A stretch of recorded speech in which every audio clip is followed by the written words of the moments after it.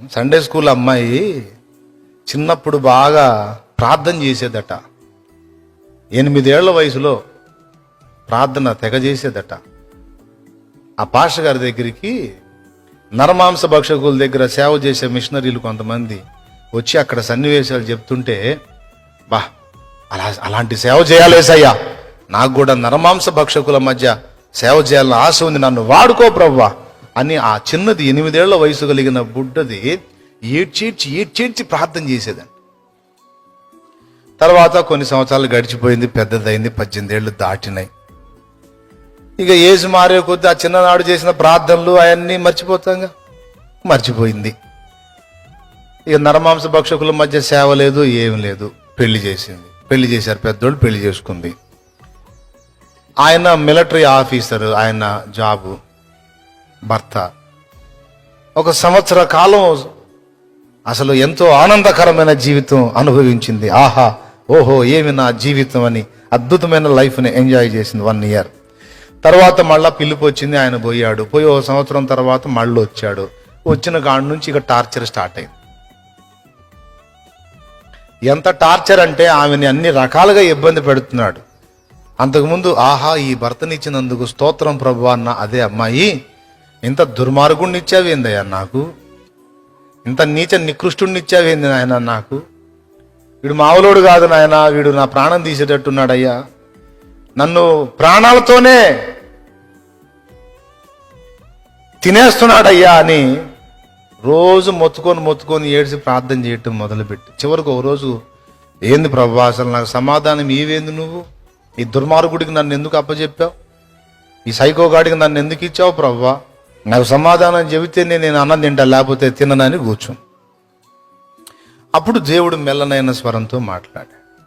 అమ్మా నా కుమారి, ఏమిట్రా తిండి మానేసి ఏడుస్తున్నావు అంటే, మరి ఏందయ్యా మామూలు టార్చర్ చేయట్లేదు, నన్ను నరకం చూపిస్తున్నాడు నాకు అని అంటే, అప్పుడు ఆయన చెప్పాడు అన్నమాట, అమ్మా 8 ఏళ్ల ప్రాయములో ఉన్నప్పుడు చాలా కాలం నువ్వు ప్రార్థన చేసావు గుర్తుందా, నీ ప్రార్థనకి జవాబిచ్చానమ్మ నేను అంతే అన్నాడు. ఏం ప్రార్థనకి జవాబు ప్రభు, ఈ దుర్మార్గుండా నేను అడిగింది, అరే ఏదైనా బాగా మంచిగా చూసుకుని మంచి భర్తని ఇవ్వాలి నువ్వు కాదా, ఈ సైకోగాడు నా ఇచ్చేది నాకు, ఈ దుర్మార్గుణ్ణి, నేను ఇట్లాంటి ప్రార్థన ఎప్పుడు చేయలేదు ప్రభా అంటే, అరే చేసావు తల్లి, నువ్వు చేసిన ప్రార్థనకే జవాబు ఇచ్చింది నేను, ఏం చేశాను ఏసయ్య, 8 ఏళ్ల ప్రాయములో నరమాంస భక్షకుల మధ్యలోకి నన్ను పంపయ్యా, నేను అక్కడ సేవ చేసి ఆత్మలను రక్షిస్తానని అడిగావుగా తల్లి బంగారం, మర్చిపోయావా, అవును ప్రభా చాలా రోజులు చేశాను కదా, అవునమ్మా, మరి ఇప్పుడు నిన్ను అక్కడికి పంపుదామంటే వాళ్ళందరూ మారిపోయి వాళ్ళల్లోంచి మిషనరీలు వచ్చారమ్మా, లేదు పెళ్ళైన ఆడపిల్లవి నిన్ను అక్కడ పంపించాలంటే ఎదిగిన ఆడపిల్లవి నువ్వు వెళ్ళి చేయలేవు అక్కడ, అందుకని ఎక్కువ మంది కాకుండా వాళ్ళల్లోంచి ఒకరిని నీకు పంపించానమ్మా.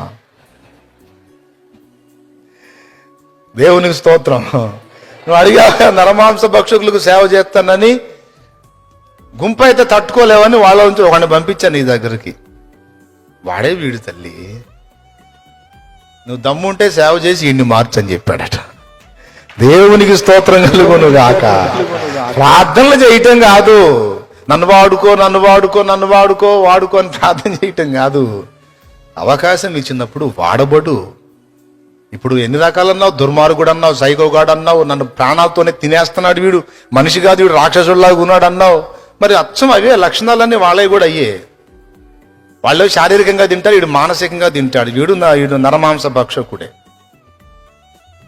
కాబట్టి నువ్వు దైవిక ప్రేమను చూపించి 100 మందిని మార్చొద్దులే, 50ల సంఖ్యలో మార్చొద్దు, 10ల సంఖ్యలో మార్చొద్దు, ఈ ఒక్కడిని మార్చుపో చాలు అన్నాడు. ఇక నోరు మూసుకుంది.